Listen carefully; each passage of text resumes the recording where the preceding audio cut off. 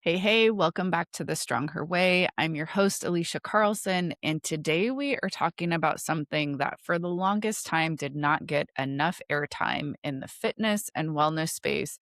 But even honestly, in my own life, it wasn't something that I was really thinking about until recently. Now, as a trainer and a coach, I was always kind of thinking about it for my clients, just never really thought about it much for myself until recently. We are talking about bone health.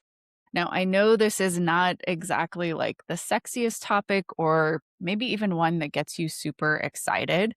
And unless you are probably in your 40s, you might not even be thinking about your bone health yet. But stick with me because what I am about to share might be the most important thing that you hear all year on this topic, especially if you are a woman over 35, especially if you have spent any amount of time dieting and trying to lose weight.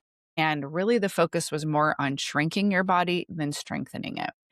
That really always kind of causes me to pause. It's up to 20% of a woman's bone mass can be lost during the menopause transition. 20%. And that window, so that period where bone loss starts accelerating, begins a lot earlier than most of us think. We're not talking about 55 or 60. We are talking about right now in your 30s and in your 40s. And the part that really gets me, the things that most women have been doing in the pursuit of health, like constantly dieting, all of the food restriction, maybe under eating, over exercising, the cardio marathons, the obsession with eating less and weighing less. Some of that, a lot of that actually has quietly been working against our bones this whole time. Today, we're going to talk about what is actually happening in your body, what the research says and you need to do about it, and why building strength is one of the most important things we can focus on, not just for how we look or feel today, but really for our quality of life in our 60s, our 70s, and hopefully well beyond that. Do you find yourself constantly grabbing convenience food or hitting the drive-thru because of your busy schedule? Are you tired of your clothes not fitting and wish you felt more like yourself again? Does the word diet make you cringe because of past failed attempts that left you hungry and deprived? I'm Alisha, a wife, mom, fitness, nutrition, and lifestyle coach for women. After years of dieting, losing, and regaining the same weight, I realized I needed a new approach. I was burnt out from trying to be everything to everyone and chasing a number on the scale.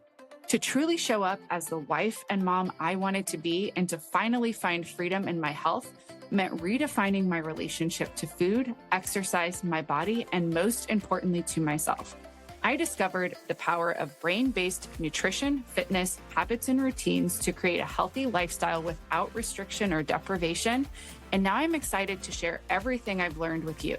If you're ready to follow a simple brain-based nutrition and fitness plan built on habits and routines designed for busy moms and women, you're in the right place. Let's do this together.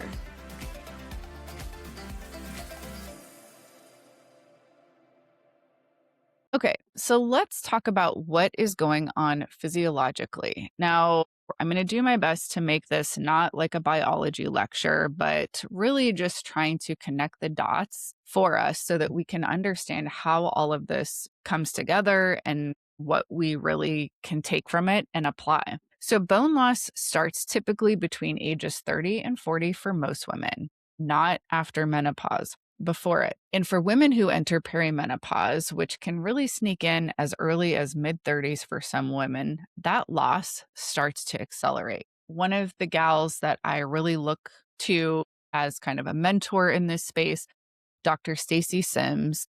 She is kind of a leading exercise physiologist, really specializing in women's hormones, puts it this way. Women who are not paying attention can lose up to 1/3 of their bone mass in the 5-year perimenopause and menopause transition. 1/3. So that's what, like 33-ish%. And the main cause there is estrogen. So we've talked about estrogen on multiple different episodes, but up until I really started diving into hormones and things like that, I didn't realize how much estrogen touched in our body beyond our reproductive health. So it is a hormone that really has been kind of responsible for protecting our bones our whole life. It regulates the cycle of bone breakdown and bone rebuilding. And when estrogen levels start to fluctuate and decline over time in that perimenopause window, that protective signal starts to weaken.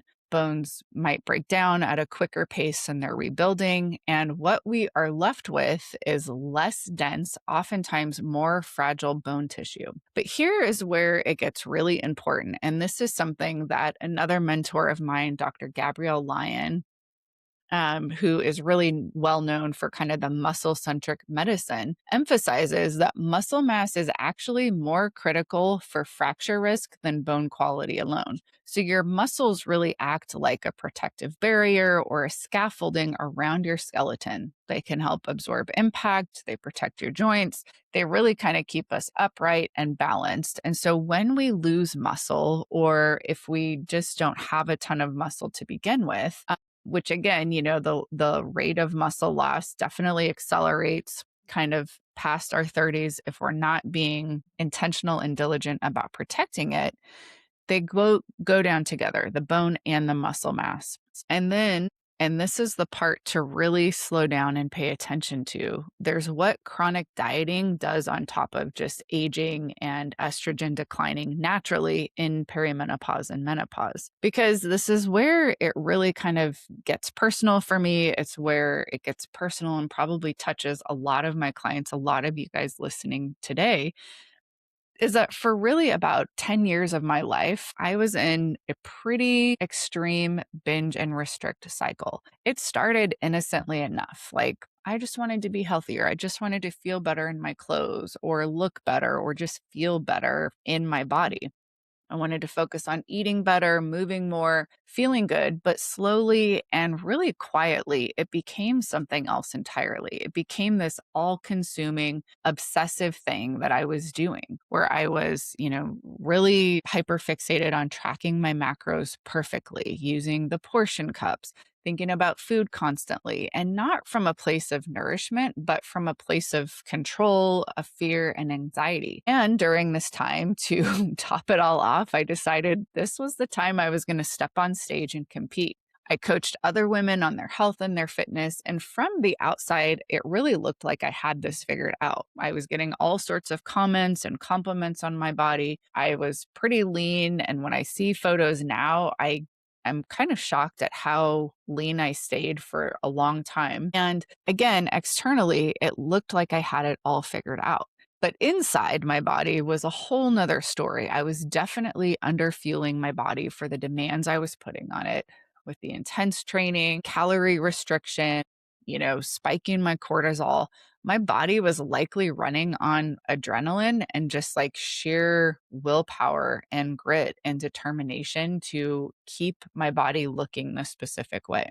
I remember like being in the shower and hair coming out that seemed like big clumps at the time. My period took a little hiatus there for a while. And I just really felt kind of just this like exhaustion that a nap or another cup of coffee wasn't going to fix. It looking back and knowing what I know now, my body was sending up so many different red flags and flares, but I just kept pushing harder, thinking that, this was the answer, right? It's like if it's all just about the looks, then I've got to just keep going to maintain this. I was so afraid of gaining the weight back that I couldn't really see like what my approach, the way that I was approaching health and fitness and weight loss, what it was actually costing me. The cruel irony is that eventually I just got to the place where I couldn't really keep the weight off anyway, because that is what kind of that chronic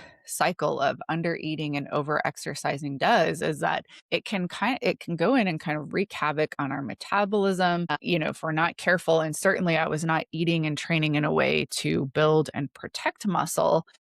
We can end up utilizing muscle mass for energy, cortisol spiking, and eventually for a lot of women, we just get to a place where it's like our body just throws up its hands and starts fighting back. The very thing that I fought so hard to avoid just kept happening. And it really was, looking back in hindsight, how I was approaching it. The research on this is pretty clear. Chronic calorie restriction combined with high training loads and inadequate protein really create the perfect storm for muscle loss, hormonal disruption, and yes, of course, bone loss as well. It has a name, and that is relative energy deficiency in sport, or REDS, right? And you do not have to be an elite athlete to experience this. You just have to maybe be somebody that is approaching your health and your fitness in the extreme way that I did for a long time. So this is like, really, when I think back on this is one of the reasons, even now to this day, I'm not a huge proponent of making comments on other people's bodies. I know a lot of times when we are working on our health and our fitness, or we're trying to lose weight, or get more toned or more defined, we really want that external validation. We want those comments and those compliments. But as somebody who lived that, who, again, looked fit by an external definition and was getting all of the comments, I don't really think people knew the extreme measures that I personally was going to maintain that and to sustain that. And we really just don't ever know where somebody is at with their relationship to food or their body or exercise. And sometimes even the best, most well-intended comments can end up fueling this unhealthy relationship. And I know that that's really not what any of us want. So it's important to know that even the women that look fit, whether that's on your Instagram, your Facebook, or in real life, who are seemingly doing all the things, who are posting the workouts, maybe are even coaches themselves, or has kind of this level of discipline and focus that everybody admires, she might be running on empty. She might be approaching her health and her fitness in a way that's not actually healthy, but she feels that pressure to kind of maintain that. And unfortunately, we just don't know that based on what we are seeing from the outside. So just something to kind of keep in mind, because I was that woman. And if any of this is resonating or landing with you, then maybe there's a part of you that can relate to that as well. So when did things kind of take a turn and shift for me? There was this moment, I can't remember if it was 2017, 2018. If you've been listening to the show for a while, you've heard this story multiple times. But I just remember standing in my kitchen and I just felt it. I felt exhausted. I felt discouraged. I felt defeated. I felt like, man, I had been trying so hard to maintain this and to hold on to this, that I just finally felt like I hit this breaking point, that I was burned out from all of it. And it was in that moment that I really can only describe it as a small whisper, or the Holy Spirit kind of cutting through all of the noise. And it was the moment that I realized that I had been dieting this whole time and calling it a healthy lifestyle. And that was why it felt so hard. That was why I always felt so depleted and exhausted and not energized by the way that I was living my life. That for me really was it. That was the crack in the wall, because I knew it was true. I had dressed sort of that restriction up in the language of wellness and health and discipline, but underneath it was fear and anxiety, fear of my body, fear of, maybe all of those comments going away, or fear of losing control. And probably the biggest fear for me was my worth and my value. So much of that hinged on what my body looked like, or about performing and accomplishments and achievements for so many years of my life. Now, what followed wasn't an overnight transformation, but it was kind of a moment to just take a step back and to start and to maybe reorient myself. Instead of training to always be smaller, I shifted my focus to train to become stronger. Instead of eating less, I started to eat to fuel my body, and really what I was asking it to do. And it was in that subtle shift, instead of like always focusing on eating less and, being smaller, and kind of that subtraction mindset, when I started to focus on adding and what my body could do, this was possibly the first time that I felt like I was actually building something that was sustainable, instead of just trying not to lose something else, if that makes sense. And there's been so much research, so much fresh learning that has happened since then, is that the goal was maybe never to really be smaller. It really is kind of a funny thing when we slow down and we think about why do we want the things that we want? And a lot of times it's purely just based on what society and the world tells us that we should want or that we should be going for. But, it was shifting to getting stronger as the goal or focusing on building muscle and finding little ways that I could challenge myself in my workouts and kind of taking it to that next level.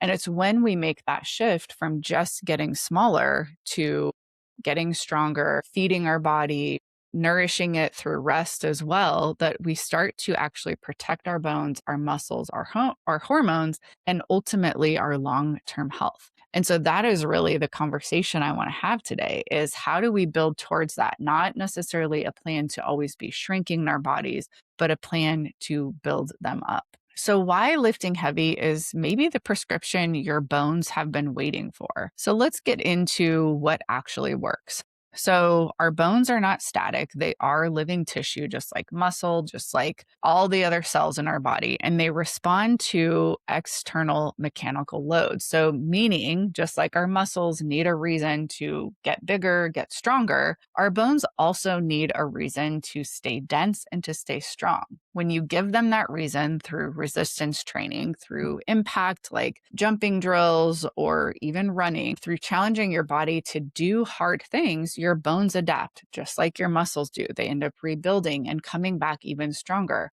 This is what we call bone remodeling. And it is really one of the more powerful tools you have in protecting and preserving muscle or bone mass, but muscle mass as well. And then hopefully even potentially building onto that as we get older.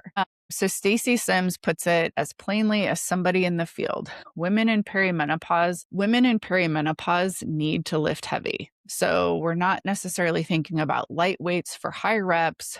We're not going for endless cardio. But if we are short on time and we really can only focus in on a few things, it's going to be those heavy compound movements that are going to challenge your muscles, your brain too, but your bones and your nervous system to actually go into that building, that strengthening, and that remodeling. So a protocol that Dr. Stacy Sims shares, and I really like how simple it is, and it really can be, is just 3 days a week of resistance training. So compound movements are things like our squats, our deadlifts, our overhead presses or bench presses, rows, hinges, and really just thinking about 5 to 10 reps per set with about I usually coach like 1 to 3 reps left in the tank. So meaning it's hard. You're not just breezing through it, but you are finishing a set and really thinking, I maybe could have only done possibly 3 more.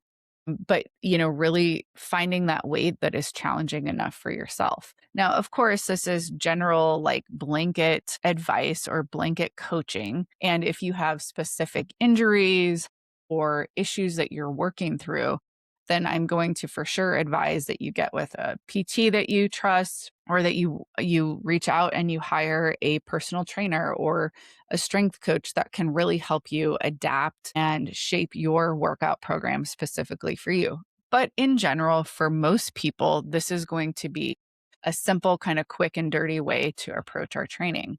Now, for those of you who might be thinking, I don't want to get big, I don't want to get bulky, I want you to hear this. It is almost impossible for perimenopausal and postmenopausal women to get big and bulky without an enormous amount of effort, right? Without doing any cardio training, having an excessive amount of food coming in over what your body needs. And for most of us, our hormonal environment isn't even going to support getting super big and bulky. What it does support is strength, that bone density, and really building resilience in your body, but also like mentally and emotionally as well. There's also a place for impact training. So that's going to be like your jumping, your plyometrics, even some simple hops like pogo hops. So that jumping is going to help create that impact, multi-directional stress through the entire skeletal system, which is going to stimulate bone turnover in a way that walking or cycling just isn't going to do. So you don't need to be like doing crazy box jumps or crazy plyo, but even adding just like a few jump squats, a few hops, skipping, those can be like that extra little boost, and your bones will definitely thank you. Now, again, know where you're at, know your body, know your limits. Start conservative, and then you can slowly work on increasing the intensity and the volume over time. Now, here's something to be really clear about, and this connects directly to the 10 years that I spent doing it all wrong. Now, you can train consistently and you can still be working against your body and your bones if we are not lifting with adequate load and we're not eating and resting enough to really support what we're asking our body to do. Now, I'm not saying cardio is the enemy, but chronic cardio and even turning our weight training into another version of cardio as that primary mode of exercise, especially when we're under fueling and under eating, it does not give our bones the stimulus or the materials that it needs to really be able to stay strong, to stay dense. Bones, again, remember, are going to adapt to load and impact. So a long, slow run on a calorie deficit is not necessarily going to give them either. I mean, yes, you might get some of that impact, but you're definitely not going to be giving your body the material that it needs to actually build your bones. What that chronic undereating and overexercising or chronic dieting can do is increase cortisol, muscle breakdown, and essentially less of everything that we need to stay strong and to be resilient. So the shift that changed everything for me wasn't just adding weight, but it was also kind of changing what I was even training for. Why was I even exercising in the first place? It was not necessarily training to burn calories, but instead focusing on training to build a strong, healthy, fit, resilient body and having the identity shift to go along with it, because that is really where the real results live. I have to tell you, there is something so incredible about being able to do things that you at one point in time couldn't do, or for things to be so much easier for you in your day to day life. And that really does come through consistent training. Now, let's dive into a little bit of a plan.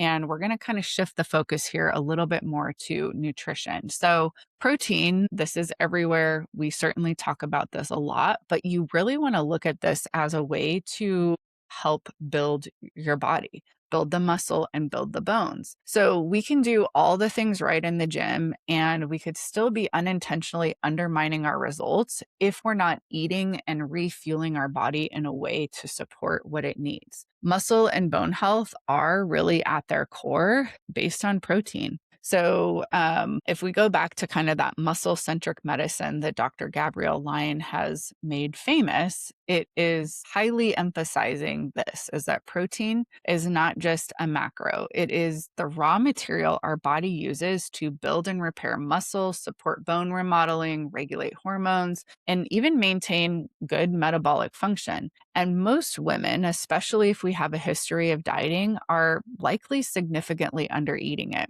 Now, this could be for a couple different reasons. One, you have to be incredibly intentional about getting your protein in.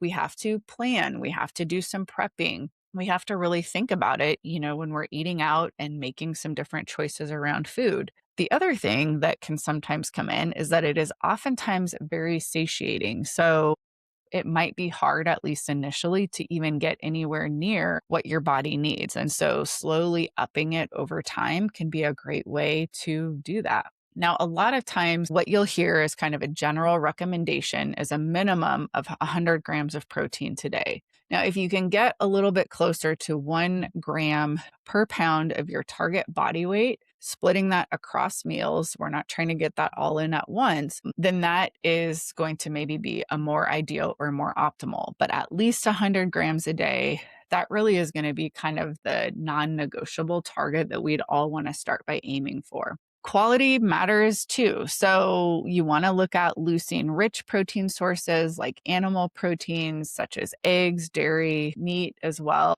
because leucine is the amino acid that actually is going to trigger the muscle building process in your body. Plant proteins, I'm not against them, but they do tend to be lower in leucine and require larger quantities to get the same stimulus. It's not impossible to do with plants, but just worth kind of knowing if that's the direction that you're thinking of going. Now, here is where I get really direct with you and where my personal story might connect with you hard. When I was in those restrict and binge years, I was likely not eating anywhere near enough protein. I was eating barely enough to just get through my day and fuel my workouts on paper. But chronically, I was under eating, especially compared to the workouts that I was doing.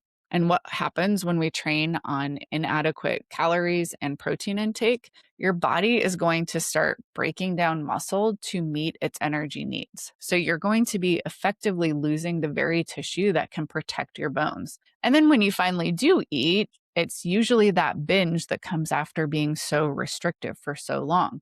Your body is definitely not in building mode, it's more in survival mode, and it's recovering from an intense deficit. So that was the cycle that I was effectively trapped in for about a decade. And it wasn't just a mindset problem. I had physiological consequences. And one of those consequences very well could have been my bone density. So, again, protein, just like lifting weights, is not going to be optional. It really is the foundation that we want to work on building a strong, healthy body from. So, beyond protein, there are a few other non negotiables for bone health that are worth naming and worth having a conversation with your physician about. Vitamin D is one of them. So we can consume all the calcium in the world, but our body will not absorb it without sufficient vitamin D. Most women in the US are likely deficient and maybe don't even know it. So if you haven't had your vitamin D levels checked recently, I would definitely add that to your next lab order. It can be an incredibly simple fix that could have a big impact. Calcium. So we want to focus on whole food sources first when possible. Dairy, leafy greens, maybe even some fortified foods. Your bones are literally made of calcium, and we want to have a steady supply of it across our entire life, not just focus on it when we're older. Creatine. So this is another supplement that's been getting a lot of press lately, and alongside vitamin D and fish oil, focused on muscle and longevity. Creatine is not just for athletes. It's not, just for people that are looking to get like big and bulky. There is a lot of research on creatine for women, particularly for muscle function and potentially bone health. It is building fast. Again, creatine is kind of a hot topic right now. So if you're not looking into it, it's worth definitely doing some of your own research and again, talking to your doctor about it.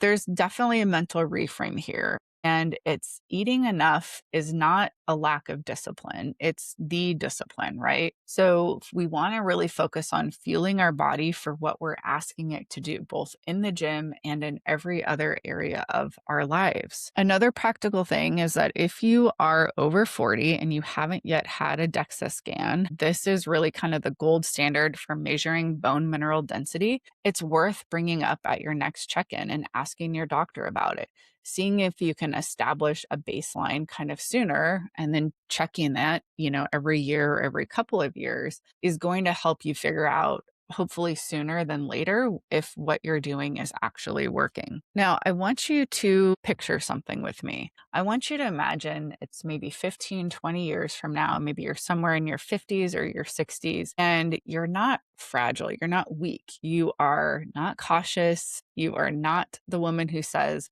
"Oh, I can't do that anymore." I mean, I'm sure we all could kind of think of maybe an older woman in our life that we have seen just kind of slowly deteriorate and kind of quietly, subconsciously step back from her life because she's not able to do things anymore. I want you to imagine instead that you are still the woman that is able to go out and hike or bike, who is able to pick up her grandkids without thinking twice, or is confident still in her body, even at that age, because you are strong, you're healthy, you feel fit, you feel confident in your body. That woman exists, and she is really built actually in the choices that you make now, not the choices that you make 15, 20 years from now, but right here and right now. There's this idea of muscle span, and this is the idea that our goal shouldn't just be lifespan, but really the quality of years. So it's not just about how long we live, but what is the quality of our life for as long as possible. Years with energy, with strength, with the physical and mental and emotional capacity to actually live the life that you want to live. Muscle and bone are really the infrastructure of that body and of that life. They don't get built again in 20 years from now. They get built here and now. And for those of you who are like me and you spent years in a relationship with your body that was really focused more on fixing it, I want to offer you the reframe. Maybe the goal is not a smaller body, but just building a more resilient and a more capable one that could carry you through your life with your kids and really building this legacy without it breaking down on you. That body is not a project to finish. It's not something that needs to be fixed, but really it is a gift to you to steward. And stewarding it well means feeding it, moving it with purpose, building it, and not depleting it. Okay. Before I let you go, here's what I want you to do this week. It's not a full program overhaul. It's not going to be a complete nutrition reboot, but really just two things. One, add a heavier compound movement to your routine if you're not already doing it, whether that's a deadlift, a goblet squat, dumbbell press. Just pick one and add it to your routine. You want to do it with a weight that feels challenging enough, not impossible with good form, but not comfortable. We want it to be challenging. That is going to give your muscles and your bones the signals that they need to rebuild, to grow, to get stronger. Two, if you are not already aware of how much protein you're eating, I want you to just track your protein for like 3 or 4 days. Now, we're not going to change anything, but just eat how you normally would so you can again get a baseline. The trick here is going to be not to judge yourself, not to restrict, but again, we just want to get some data and some information. You might be surprised at the number that you get. For a lot of us, oftentimes we overestimate what we're doing in some regards, and then we underestimate in others. So this is just a nice way to get some neutral data. We just are looking for some awareness, and then we can make appropriate adjustments based on where we're at today. And if you're ready to stop doing this one piece at a time and actually build the full framework out, the training strategy, the nutrition approach, and the identity work that makes it all stick, that's exactly what we do inside the Fit and Fueled method. Fit and Fueled is our foundational coaching program here at The Stronger Way. It's where we take everything that we've been talking about on the podcast and we build it into a real sustainable approach that works for your actual life. So it's not another diet. It's not a challenge. It is really a complete rebuild from the inside out. If you want more information on that, you can check out the links in our show notes below. But just remember that strong bones and a strong body are not built overnight, but they are and they can be built starting today. And you are already one step closer just by showing up and listening to this podcast this week. I hope that you are leaving here today refreshed and encouraged and feeling a little bit more like this is something that you could actually start working on today. I hope you also would consider sharing this with anybody else that is in your circle that you think could use the message here. You can leave us a review as well. That helps put the show out in front of more people. And until next week, I hope you have a great rest of your day, a great week, and I will see you next week. Bye. Thanks for tuning in to The Stronger Way. If you're ready to redefine your relationship with food, exercise, and yourself, remember it's all about building habits and routines that fit into your busy life without restriction or deprivation. I hope today's episode inspired you to take the next step on your journey to a healthier, happier you. Don't forget to follow the show so you never miss an episode. And if you found this helpful, please leave a review and share it with other women who need a little extra encouragement. Together, we can all become stronger. Until next time, stay strong and keep moving forward.